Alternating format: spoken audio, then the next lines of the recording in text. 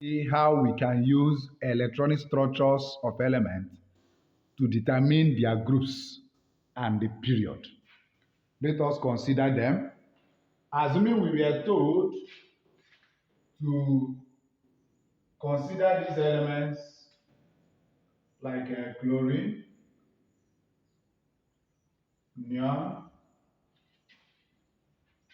can see sulfur, four, can see silicon, and five, oxygen.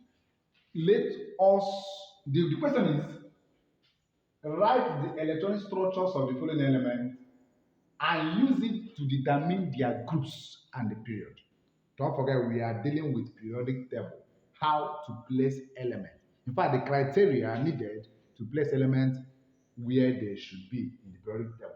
So let us consider the number one, chlorine. Chlorine is 17 in the periodic table. The atomic number of chlorine is 17.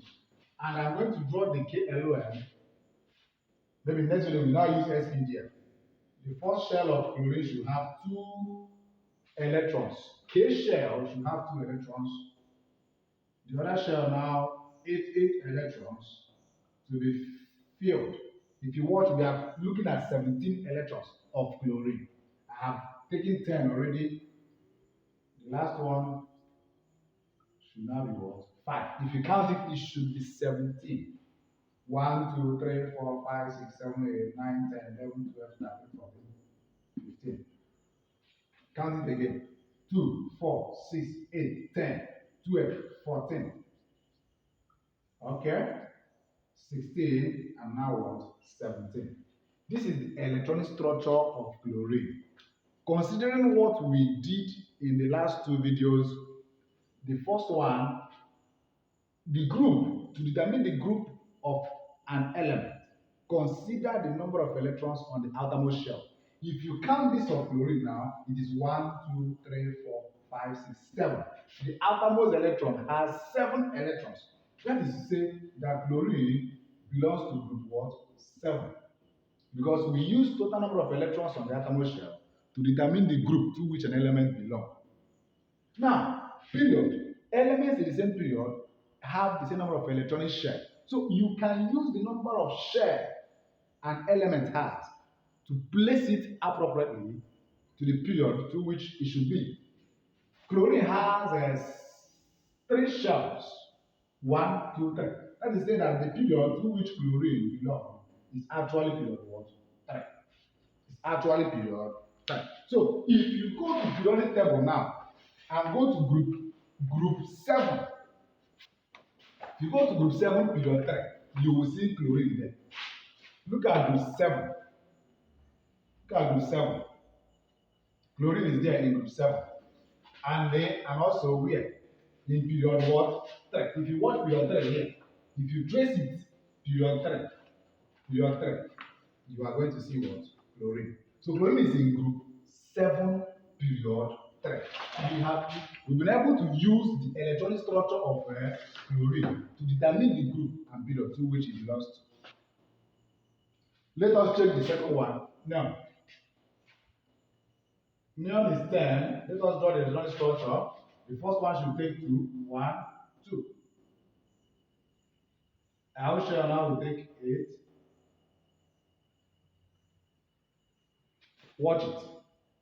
1, 2. If you get it now, it is 10 of that number. So if you consider the total number of electrons on the outermost shell is this one. It has 2, 4, 6, 8. It has 8 electrons, which means neon belongs to group what? 8. If you count number of shells it has, it is only 2 shells, which means neon belongs to group what? Period what? 2, because it has only 2 shells. K and the what? L. 1, 2. Period 2. Group 8, period 2. Consider sulfur. Sulfur is 16. Sulfur is 16. The first shell of sulfur should take 2 electrons. The other one should take 8 until we get 16. Don't forget the rule. So that should now be 6. 10.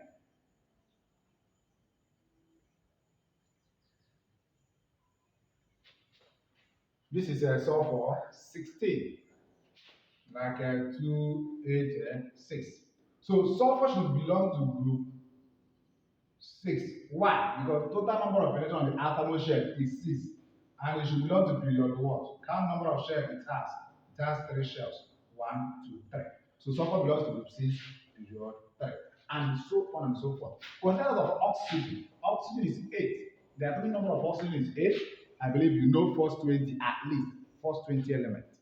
First 20 elements. So oxygen, the first one should have 2. Second one should have 8 accordingly. 4, 6, 8. So oxygen belongs to group what? 1, 2, 3, 4, 5, 6. Group 6, period what? 2. Because it has 2 shells. And so on and so forth.